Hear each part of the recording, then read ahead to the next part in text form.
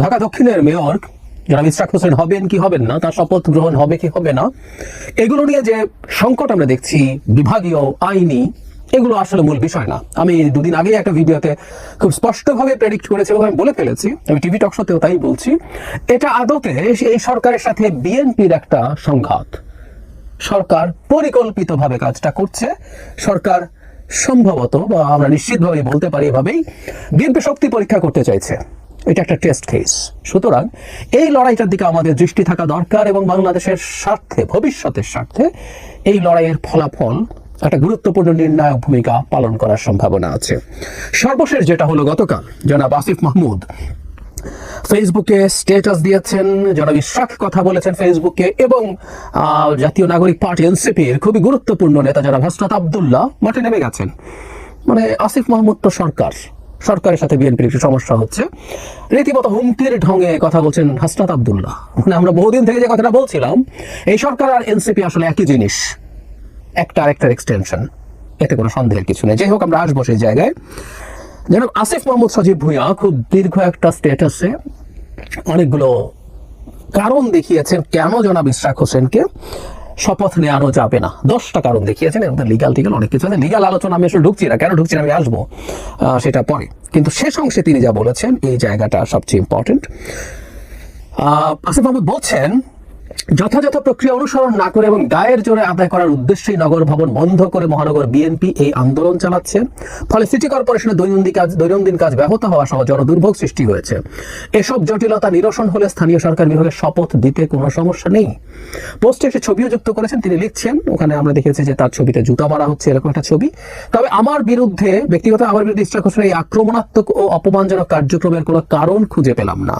আবার কেউ বলবেন না যে এটা সাধারণ জনগণ করেছে, কারণ বিএনপি এবং অঙ্গ সংগঠনের বিভিন্ন গ্রুপের নির্দেশনা এবং গোয়েন্দা সংস্থার তথ্য অনুযায়ী দলীয় নেতাকর্মীরা এই কর্মসূচি বাস্তবায়ন করছে। মানে ওখানে আসলে একটা ঢাকার নাগরিক বা কিরকম একটা ব্যানারে কাজটা হচ্ছে। জনাব আসিফ মাহমুদ ক্লিয়ারলি বলছেন এটা আসলে বিএনপি করছে।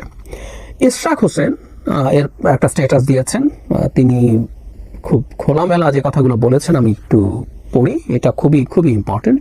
স্ট্যাটাসে বলছেন, মেয়র ফেয়র কিছু না, অন্তর্বর্তী সরকারের কতিপয় ব্যক্তির অন্তরে ক্ষমতার লোভ ও এটি চিরস্থায়ী করার কুৎসিত সত্যটা বের করে আনাই ছিল মুখ্য উদ্দেশ্য।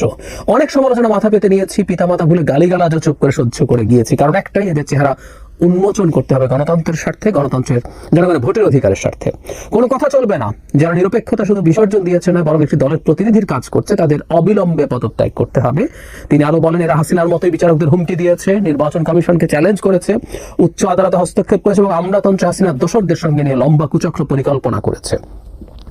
তিনি বলছেন, একদিন সবার নাম পরিচয় প্রকাশ পাবে। হাসিনারেও বলছিলাম, কবরটা ঠিক করাই আছে, আল্লাহর হুকুম থাকলে সেখানেই হবে ইনশাআল্লাহ।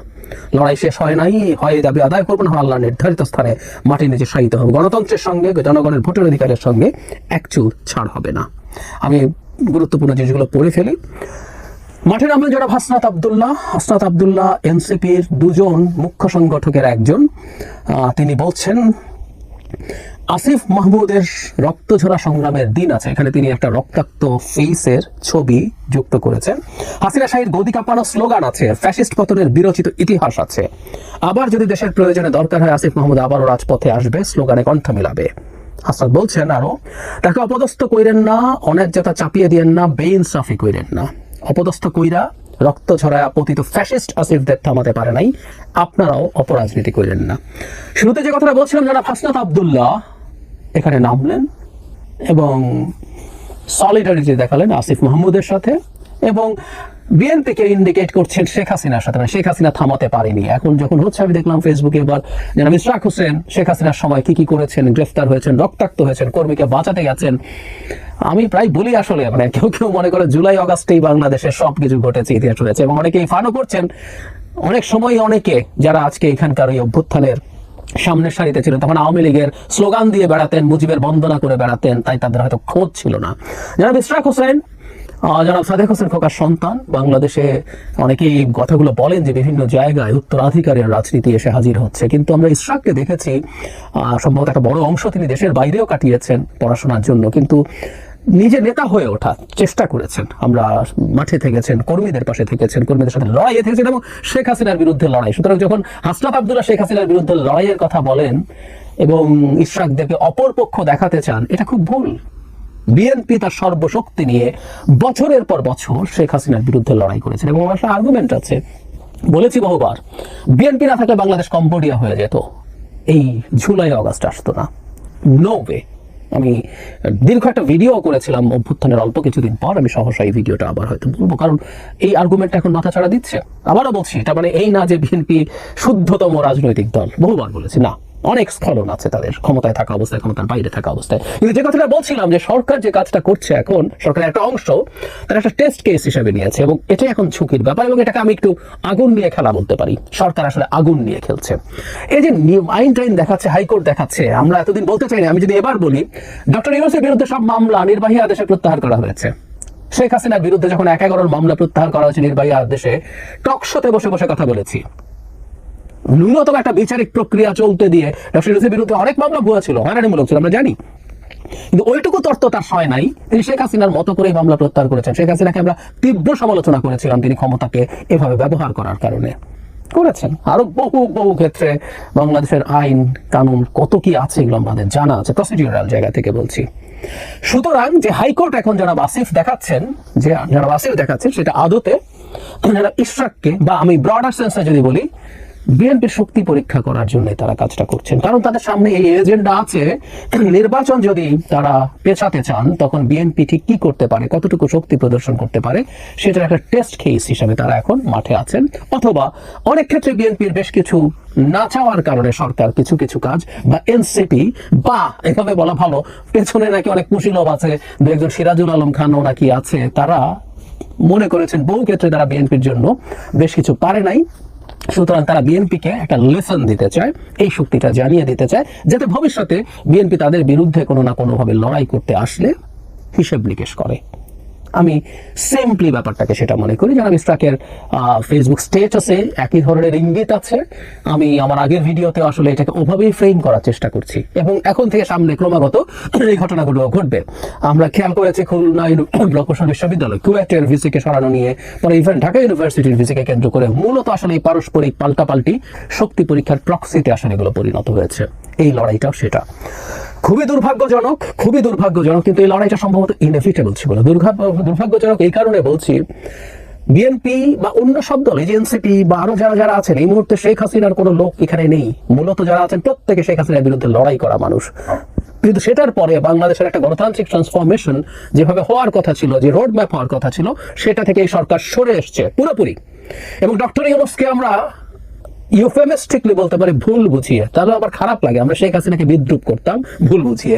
তাহলে যদি আমরা এইভাবে বলি সরকার একটা অংশ যা যা করছে ভুল বুঝিয়ে বললেও খুব হাস্যকর। যে মানুষকে ভুল বোঝানো যায় সেই মানুষটা বাংলাদেশের এরকম টাফ সবাইকে দায়িত্ব নেওয়ার উপযোগী। আবার যদি ভুল না বোঝানো হয় তাহলে তো খুন এটার পার্ট। সো আমরা দেখতে পাচ্ছি ভেরি মাচ দেখতে পাচ্ছি এরকম একটা প্লট চলছে এবং সেই প্লটের অংশ সরকার বা সরকারের একটা অংশ এটার সাথে জড়িত হয়ে পড়ছে এবং একটা অংশকে বিরুদ্ধে। কারণ হলো যে দলটা নির্বাচন দিলে ক্ষমতায় যাবে তাকেই এখন থেকে নানাভাবে নানা রকম ভাবে তার বিরুদ্ধে দাঁড়িয়ে তাকে ব্যাকফুটে ঠেলে দেওয়ার চেষ্টা হচ্ছে। এটা একটা পরিকল্পিত কাজ, খুবই দুর্ভাগ্যজনক, কারণ এটা একটা সংঘাতময় পরিস্থিতি তৈরি করবে। সংঘাত আসলে টু সাম এক্সটেন্ট অনিবার্য হয়েই যাবে, কারণ বিএনপি একটা বুর্জোয়া রাজনৈতিক দল, সে নির্বাচন চায়, সে ক্ষমতায় যেতে চায়, প্রত্যেক দলই ক্ষমতায় যেতে চায়। ক্ষমতায় যাওয়ার মতো ন্যূনতম কোনো জনসমর্থন না থাকার পরও এনসিপির লোকজন বিভিন্ন মন্ত্রণালয়ে কি করে বেড়ায়, এখন না 5 আগস্টের পর থেকে জামায়াতের লোকজন কি করে বেড়ায় আমরা জানি, তো এগুলো জানা গেছে। সুতরাং ক্ষমতায় যেতে চায় সবাই। বিএনপি ক্ষমতায় গেলে হচ্ছে খুব অসাধারণ সুশাসন দেবে, আমাকে ভুল বুঝবে না, আমি সেটা ক্লেম করছি না। আমাদের তখন আবার ফাইট থাকবে, আমি মনে করি তখনও সেই ফাইটটা আমাদের সবাইকে করতে হবে, কিন্তু একটা গণতান্ত্রিক ব্যবস্থার মধ্যে দেশকে ঢুকতে হবে, এটা হলো সবচেয়ে জরুরি কথা। কিন্তু না, সেখানে দাঁড়িয়ে এখন ওই ব্যাপারটাকে ডিসরাপ্ট করে ক্ষমতা ধরে রাখার চেষ্টা হচ্ছে।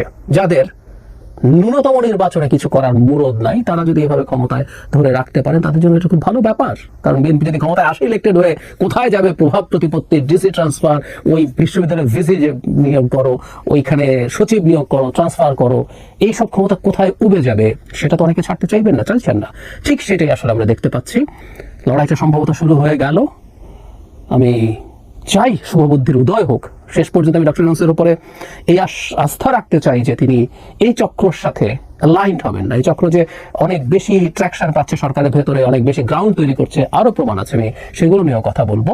সুতরাং বিএনপিকে সম্ভবত এখন মাঠে এসেই নির্বাচন আদায়ের দাবিতে নামতে হবে, আর তেমন কোনো অল্টারনেটিভ নেই।